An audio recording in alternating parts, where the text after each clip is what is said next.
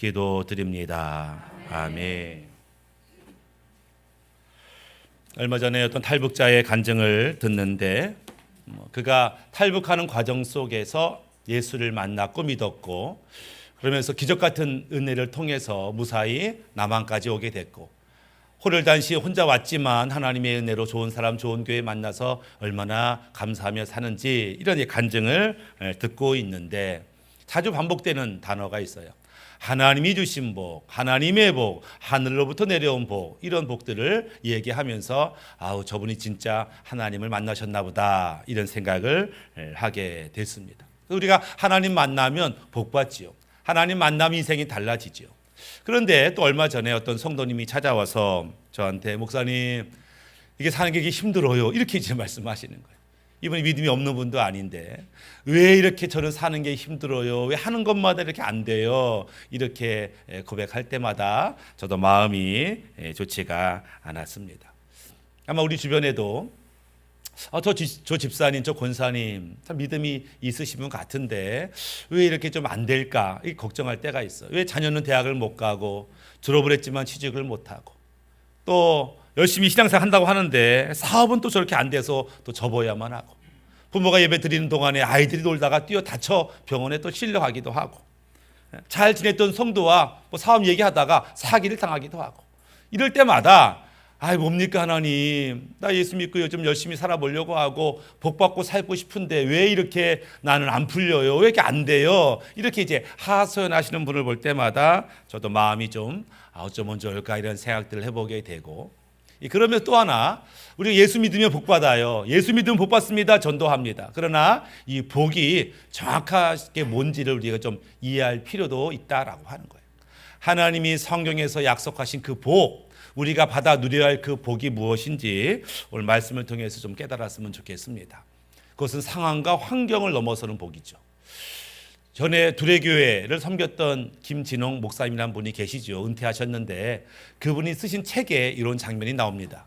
그분이 청계천에 판자촌이 막 있을 때 그 판자촌의 사람들을 위해서 애를 썼던 분이에요. 그리고 이들이 막 서울이 개발되면서 막 쫓겨나니까 그들을 위해서 저기 시골 땅에다 땅을 얻어서 간척을 하고 집을 짓고 그래서 어떻든지 이 가난한 판자촌 사람들이 먹고 살 수 있도록 애를 많이 쓰는 분인데 그러다가 정부한테 약간 밉보였어요. 정부하고 갈등이 났습니다. 그러니까 정부에서 안 되겠다 저놈 괘씸죄로 걸려서 감옥에 가게 됐어요. 그러니까 목사님이 감옥에 가게 됐으면 억울해요. 하소연하는 거죠. 하나님 내가 죄를 졌어요. 사기쳤어요. 내가 뭐 악을 행했습니까? 하나님 주신 사명 감당하는데 아니 목사가 감옥에 왔어요. 뭐 하는 겁니까? 속 시원하십니까? 막 화가 나가지고 목사님이 감옥에서 하소연하고 원망하는데 이것도 하루 이틀이라 며칠 그렇게 하다 보니까 감옥에서 좀 심심했어요. 좀 심심하다 할 것도 없고 그래가지고 눈에 띈 게 뭐예요? 저 구석에 있는 성경책이 눈에 띄었습니다. 내가 목사지만 이 판자촌 사람들 위해서 여기 뛰어다니고 저기 뛰어다니고 뭐 동사무소 뭐 시청 뛰어다니면서 뭐 애를 쓰면서 정작 말씀은 좀 소홀히 했네. 이게 떠올랐어요. 그래 감옥에 교도소 왔으니까 성경 좀 읽어야 되겠다 하고 성경을 읽기 시작했어요. 그래서 일주일에 한 독, 그러니까 쉬지 않고 읽었겠죠. 일주일에 통독을 한 번씩 읽으면서 그분이 깨달은 게 있어요. 내가 목사인데 성경을 많이 몰랐구나를 깨달았대요. 성경 읽으면서 하나님의 은혜가 여기 있었구나를 깨달았대. 그동안 사명 감당한다고 바쁘면서 말씀에 소홀히 했는데 교도소에 할 거 아무것도 없는 가운데 말씀을 묵상하고 깨닫고 은혜 받고 하는 시간, 그래서 이 교도소에 간 시간이 자기한테는 축복의 시간이었다, 이렇게 고백하는 것을 보게 됩니다. 믿는 사람의 삶의 모습이 다 달라요. 다르지만 하나님과 함께하면 그 어디나 하나님 나라, 하나님과 함께하면 그 어디나 우리가 천국을 누릴 수 있는 것을 보게 됩니다. 제가 아시는 분이 있는데 우리 노예에 교도소 사역하시는 목사님이 있어요. 안양교도소도 가고 뭐 청송교도소 가고 의정부에도 교도소를 다니면서 예배를 드리고 여름과 겨울에 부흥회도 하고 막 이래요. 근데 그분이 사역하면서 예전에 만났을 때 그런 말을 하는 거예요.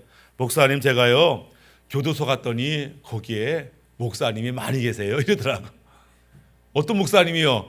예, 감옥에 오신 목사님들이 많다는 거예요. 깜짝 놀랐어요. 많아요? 많대요. 아이고야. 그러면서 왜 목사님들이 감옥에 온 줄 아세요? 했더니 왜요? 했더니 가장 많이 오시는 목사님이 어떤 유형이냐면 새벽 예배 차량 인도하다가 사고 나서 오신 목사님들이에요. 비몽사몽 가운데 차량 운행하다가 사고 났는데 합의할 돈이 없어서 결국 이제 감옥에 오신 분들이 상당수고, 두 번째 그룹이 뭐냐면 교회 건축하다가 부도나서 망해서 이제 오신 분들, 때때로 재정 맡으신 난수 집사님, 장로님이 돈 갖고 튀어가지고 그 책임을 대신 목사님이 져서 오는 경우가 또 그렇게 많대요. 가지고 아이고야 그렇게 또 감옥에 가셨구나 그러고 있는데, 아마 목사님들이 신태한탄하겠지요. 하나님 뭡니까? 내가 열심히 하려고 새벽 기도하고 차량 운행하고 열심히 교회 건축하는데 제가 지금 감옥에 왔어요. 이게 뭔 창피해요. 아마 억울하기도 하고 창피하기도 하고 그런 시간을 아마 보내고 있으리라 생각되어집니다. 그런데 그 사역하시는 목사님이 교도관이 그런 말을 하더래요. 목사님들이 이제 교도소에 오면은 딱 저건 목사님이구나를 금방 알아본대요. 교도관들이. 가지고 어떻게 알아보냐 그러면은 감옥에 오시면 보통 이게 막 억울하기도 하고 속상하기도 하고 낯선 환경에 두렵잖아요. 보통은 뜬 눈으로 첫날 밤을 지낸대요. 근데 목사님들은 첫날부터 그렇게 잠을 잘 잔다네. 목사님들은 잠을 그렇게 잘 주무신대요. 뭐 남들은 벽을 치고 복수할 거야 이런다는데 그냥 그렇게 잠을 잘 주무시고, 또 두 번째 특징이 뭐냐면 목사님들은 처음 보는 사람한테 질문을 그렇게 많이 한대요. 어디서 오셨어요? 뭐 언제를 짓고 오셨어요? 이게 직업병이라 상담하듯이 뭐 때문에 오셨어요? 그렇게 궁금한지 여기저기 물어다니면서 질문을 하더라. 목사님은 식사도 그렇게 맛있게 하신대요. 얼굴빛이 좋대요. 그러면서 다른 이 뭐 죄수와 다르게 면회가 많은데 목사님들이에요. 권사님들이 면회 와서 아유 우리 목사님 고생하셔서 어떡하냐 그러고 가실 때 사식을 넣어주신대. 집사님도 왔다가 우리 목사님 어떻게 해요 하고 또 갈 때 사식을 넣어준대. 그래서 목사님들은 사식을 많이 드셔가지고 얼굴이 좋다 뭐 이런 얘기를 합니다. 뭐 다행이다 싶어서 뭐 목사님이 이런저런 억울한 일을 또 속상한 일을 경험해서 감옥에 갔지만 그래도 또 그나마 얼굴빛이 좋다니까 다행이다 이런 생각도 해보게 됐어요. 믿는 자들도 어려움이 있어요. 믿는 자들도 억울한 일이 있습니다. 고통스러운 일이 있어요. 그럼에도 불구하고 믿는 자들은 믿지 않는 자들과 구별되는 것이 마땅하다라고 하는 것이죠. 특별히 언제? 고통스러울 때. 남들은 억울하다고 절망스럽고 괴로워서 죽고 싶은 그때에 하나님의 사람은 다른 말과 행동을 해야 된다라고 하는 것이죠. 그것이 그 사람이 누군지를 보여줍니다. 이 고통스러울 때 누구를 바라보느냐가 그 사람의 존재를, 정체성을 드러내는 것을 보게 되죠. 오늘 본문은 야곱의 아들 요셉에 대한 이야기인데, 요셉이 어릴 때요 엄청 사랑받았어요. 아버지 야곱이 요셉을 특별히 이뻐했어요. 형들은 다 소 키워야지, 양 키워야지, 염소 키워야지 다 내보내도 요셉 넌 들어와 뭐 어린 게 뭘 할 줄 안다고 그냥 집에 쉬어 라면서 요셉만 감싸 돌았어요. 옷도요, 야, 형 입었던 거 물려 입어. 야, 삼촌 입었던 옷이다. 야, 물려받아. 이랬어. 근데 요셉만 색동 옷을 입혀. 얼마나 요셉을 이뻐했는지. 그래서 요셉이 사랑받고 이쁨받고 신나고 즐거워하는 그때에 성경은 요셉을 가리켜 요셉이 형통하다 이런 말을 안 해요. 누가 봐도 좋은 환경이었지만 그는 형통한 인생을 살지 않았어요. 근데 요셉이 억울하게 노예로 팔려서 끌려가면서부터 절망적인 상황이 됐는데 성경은 그때부터 요셉이 형통한 자가 되었다 이렇게 표현하는 거예요. 그러니까 성경에서 말하는 형통은 지금 상황이 살만하다, 좋다, 지금 억울하다, 속상하다 이거와는 관계가 없다라고 하는 거예요.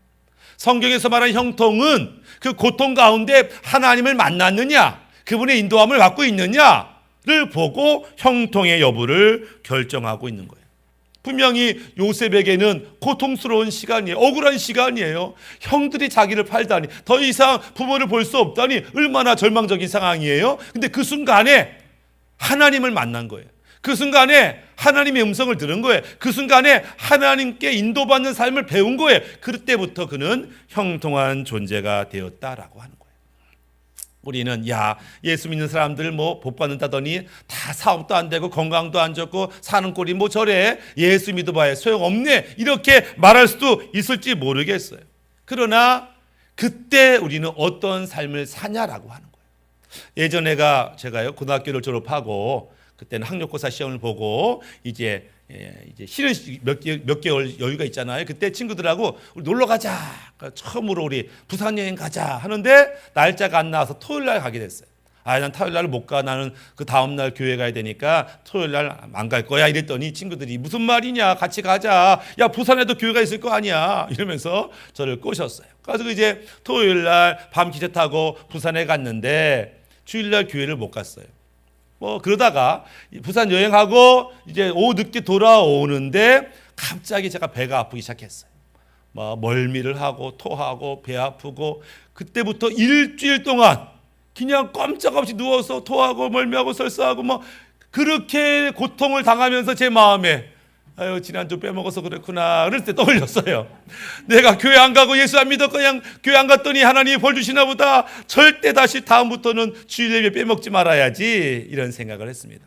물론 그때 장염 걸려서 제가 죽을 고생한 것이 꼭 예배를 안 드렸기 때문에 할 수 없을지 몰라요. 근데 제 마음에 절대 다음부터는 주일 예배 빼먹지 말아야지 이런 생각을 하게 되고 예배를 철저하게 지키게 된 것이 저한테는 그게 은혜였다라고 하는 거예요. 왜냐면은 주변에 그런 사람이 있어요. 목사님 저는요 한 달에 한 번만 교회 가도요 아무 일 없어요. 1년에 한 번만 교회 가도요 아무 일 없어요. 이게 복 받은 게 아니에요. 목사님 11조 드리면 복 받는다고요? 저는 11조 안 드려도 복 받아요. 이게 좋은 게 아니다라고 하는 거예요. 많은 사람들이 주일 성수하고 11조 내고 어떤 교회 봉사 열심히 하면 복 받는다고 생각해가지고 그거 안 하면 복 못 받을까 봐 복 받기 위해서 하는데 그러지가 않아요. 우리가 예배하는 것은 나 같은 자를 구원하셔서 하나님 자녀 삼으셨다니 그것이 감사해서 예배 드리는 것이고 우리가 11조를 드리는 것은 주님께서 말씀하시기를 너희의 11조는 내 거야. 이거 안 드리면 도둑질하는 거야. 이렇게 말씀하셨으니까 하나님 거 하나님께 드리는 것이고 우리가 충성 봉사하는 것도 나를 귀하게 여겨서 나에게 직분 주시고 사명 주시다니 내가 열심히 최선을 다해야지 감사한 마음으로 하는 것이지 이거 하면 복 받고 안 하면 복 못 받고 이것이 아니다라고 하는 거예요. 어떤 집사님이 여자 집사님이 상담하는데 남편이 회사에서 해놓은 회식을 그렇게 좋아한대요. 회식이 딱 그러면 아침부터 신난대. 술을 좋아해가지고 술 먹고 2차, 3차 늦게 오고 안 들어오고 막 이렇다는 거예요. 그래서 부인이 화가 나가지고 당신 그러다 큰일 나. 그렇게 술 먹고 와가지고 예배도 안 드리고 당신 그러다 하나님께 매 맞을 거야. 막 이렇게 얘기를 했던 거죠. 그렇게 화를 내고 큰일 날 거라고 경고를 하고 한 3주가 지났는데 이 남편이 승질을 했네. 남편이 신났어요. 야, 나 교회도 안 갔고 11조도 안 드렸는데 나 승질했어. 막 그래 기고만장하니까 주일도 빼먹는 거예요. 그러니까 이제 어떻게 하면 좋아요? 승리에 떨어졌거나 뭐 다리 몽둥이에 부러졌거나 이랬으면은 주 앞에 올 텐데 예배 안 드리고 헌금 안 드려도 이렇게 승승장구하니 어쩌면 좋아요? 이렇게 이제 상담을 하는 거죠. 세상에서 잘 나간다고 그게 복이 아니에요. 마귀가 우리를 믿음을 떨어뜨리려고 핍박을 하고 고난을 줘서 예수 믿으면 큰일 나는구나 하고 예수 못 믿게도 하지만 마귀가 고단수라. 쟤한테는 고난 주면 안 돼. 쟤한테 고난 주면 기도하러 가. 쟤 고난 주면 하나님 찾아. 그러니까 걔에게 복을 줘요. 성공을 줘요. 돈 버느라고 예배를 못 드려요. 신나서 여행 가느라고 예배를 빠져요. 그것이 마귀의 술수일 수 있다라고 하는 거예요. 사울왕이 왕이 되기 전까지는 얼마나 겸손했는지 이렇게 겸손한 젊은이가 어딨어 라고 다 인정받고 칭찬받는 자였는데 그가 왕이 돼서 얼마나 교만해졌는지 하나님이 그를 왕 삼은 것을 후회할 정도다라고 하는 거예요. 믿음의 사람, 순종의 사람 다윗도 통일을 이루고 만사형통할 때 혼자 왕국이 거닐다가 음란한 죄를 짓고 성적인 죄를 짓고 이것 때문에 사람을 죽이는 그런 죄를 져요. 어려울 때 아니요. 그가 성공했다라고 마음 놓고 있을 때 그가 죄를 짓더라라고 하는 거죠. 이스라엘 백성이 그래도 광야에 있을 때는 하나님 부르짖으며 살려달라고 하나님을 찾았는데 가나안 땅에 들어가니까 잘 먹고 잘 사니까 더 우상 숭배에 빠지더라라고 하는 거예요. 신명기 31장 20절에 내가 그들의 조상들에게 맹세한 바 젖과 꿀이 흐르는 땅으로 그들을 인도하여 드린 후에 그들이 먹어 배부르고 살찌면 돌이켜 다른 신들을 섬기며 나를 멸시하여 내 언약을 어기리니. 이스라엘 백성이 이제 가나안 땅에 들어갈 건데 이제 거기서 자기 땅이 생기고 집이 생기고 먹을 것 많고 배부르고 그러면 하나님을 떠날 것이다. 어려울 때는 하나님을 찾은 것 같다가도 모든 것이 편안하다, 문제없다라고 할 때 많은 사람이 세상의 유혹을 받아요. 마귀의 유혹을 받아요. 그때 믿음을 잃어버려요. 그래서 때때로 하나님께서 이 믿음 잃어버릴 것 같은 이 성도들에게 믿음을 회복하라고 뭘 허락해요? 고난을 허락하는 거예요. 고난을 허락하는 거죠. 고린도후서 12장 10절에 그러므로 내가 그리스도를 위하여 약한 것들과 능욕과 궁핍과 핍박과 곤란을 기뻐하노니 이는 내가 약할 그때 곧 강함이니라. 예.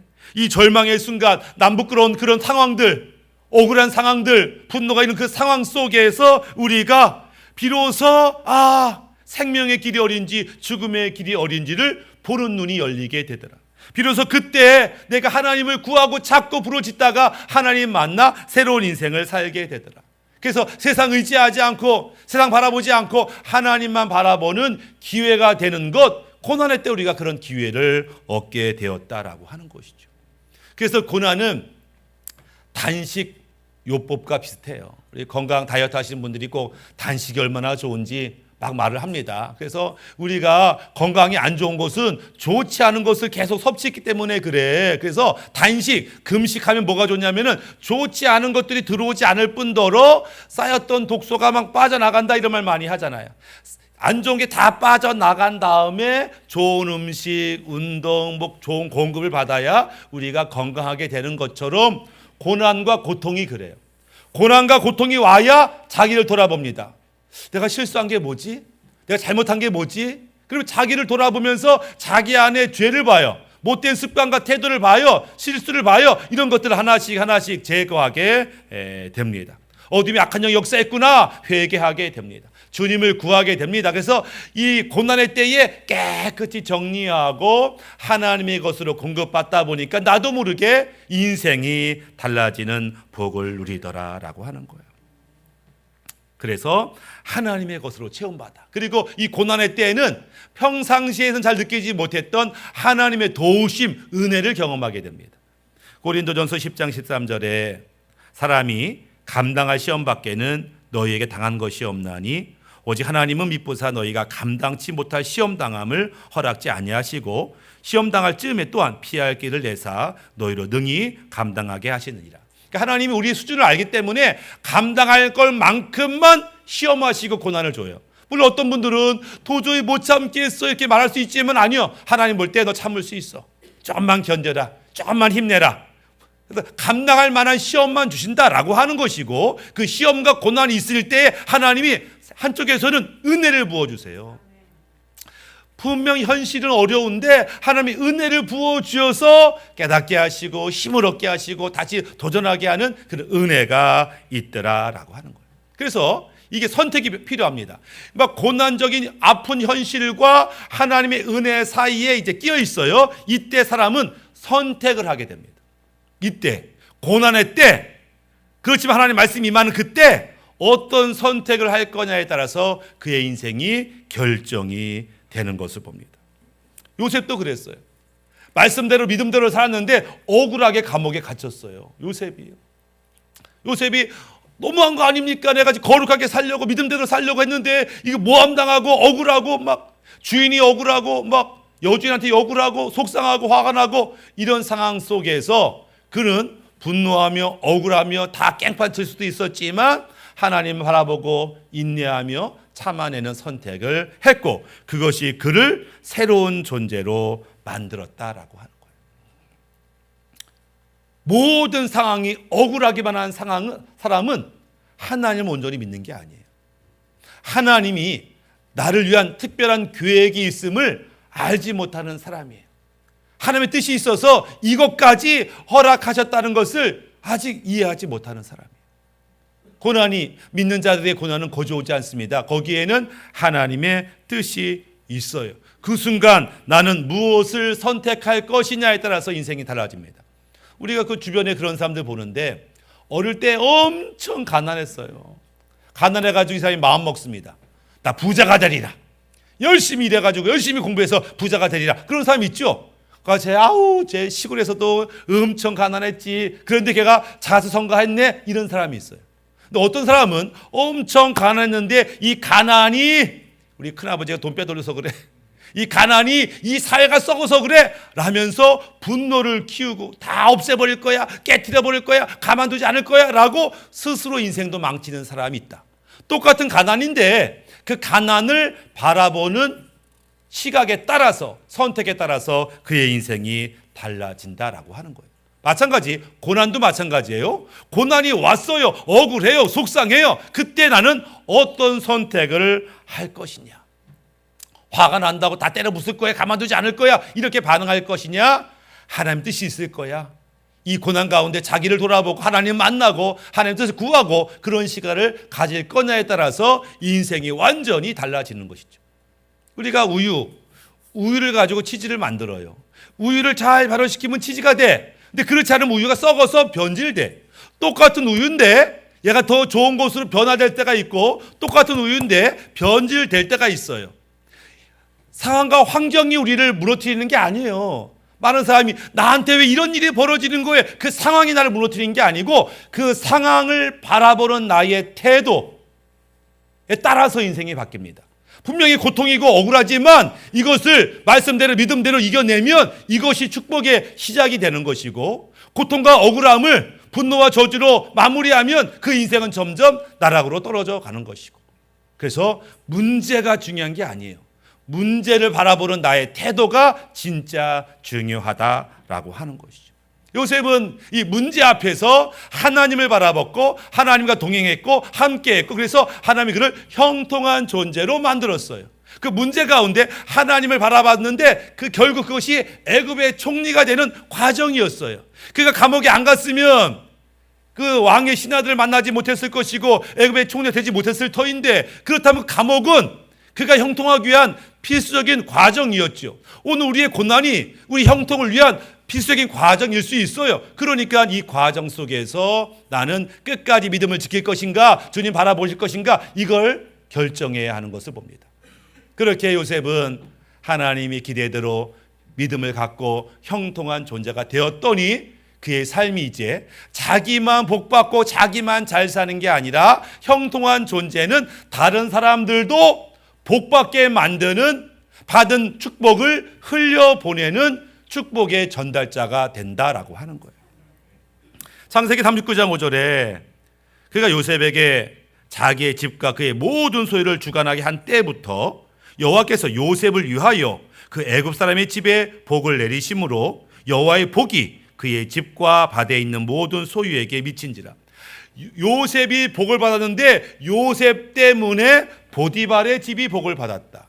내가 복을 받았는데 나 때문에 우리 집안이 복을 받고, 나 때문에 우리 회사와 직장이 복을 받고, 나 때문에 우리 교회가 복을 받아야 그것이 형통한 사람의 마땅한 태도예요.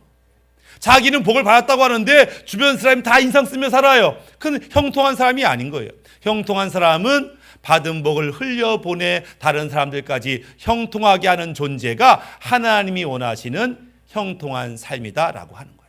두 번째는 이 형통한 사람은 주님의 마음으로 은혜를 베풀고 나누는 존재가 됩니다. 창세기 45장 5절에 당신들이 나를 이곳에 팔았으므로 근심하지 마소서, 한탄하지 마소서, 하나님이 생명을 구원하시려고 나를 당신들 앞서 보내셨나이다. 지금 형들이 먹을 게 없어서 애굽에 왔다가 동생을 만난 거예요. 자기들이 죽이려고 했던 동생, 노예로 팔아먹었다고 한 동생, 아버지한테 이미 죽었다고 거짓부했던 그 동생을 만난 거예요. 그러자 형들이 벌벌 떱니다. 야, 우리가 죽이려고 했던 동생이 애굽의 총리래. 어쩌면 좋냐? 우리를 가만두지 않겠지? 우리를 죽이겠지? 우리 자식도 와서 죽이겠지? 벌벌 떨고 있는데 요셉이 말하는 거죠. 걱정하지 마세요. 두려워하지 마세요. 하나님이 우리 집안을 복 주려고 먼저 저를 이곳에 부르신 겁니다. 제가요 어떻게 보복하고 원수를 갚겠습니까? 제가 형님들의 자식까지 다 건사하겠습니다. 이렇게 은혜를 베풀더라라고 하는 것이죠. 형통의 사람의 직책은 점점 하나님과 가까워지는 거예요. 다윗이 고백했듯이 시편 73편 28절에 여호와를 가까이 함이 내게 복이라. 예, 형통한 사람은 점점 하나님과 가까워지는 쪽으로 결단하고 순종하고 행동하게 됩니다. 나의 행동과 말은 하나님과 멀어지고 있는가 가까워지고 있는가를 보셔야 하는 거죠. 창세기 39장 2절에 여호와께서 요셉과 함께 하심으로 그가 형통한 자가 되었다고 하는데, 오늘 우리가 복을 구할 때에 단순히 눈에 보이는 상황, 환경, 이 문제 없어지는 거 이것만 바라보지 아니하시고 우리 존재가 바뀌고 하나님과 동행하고 하나님이 원하는 수준까지 이르는 우리 모두가 되기를 바라겠습니다.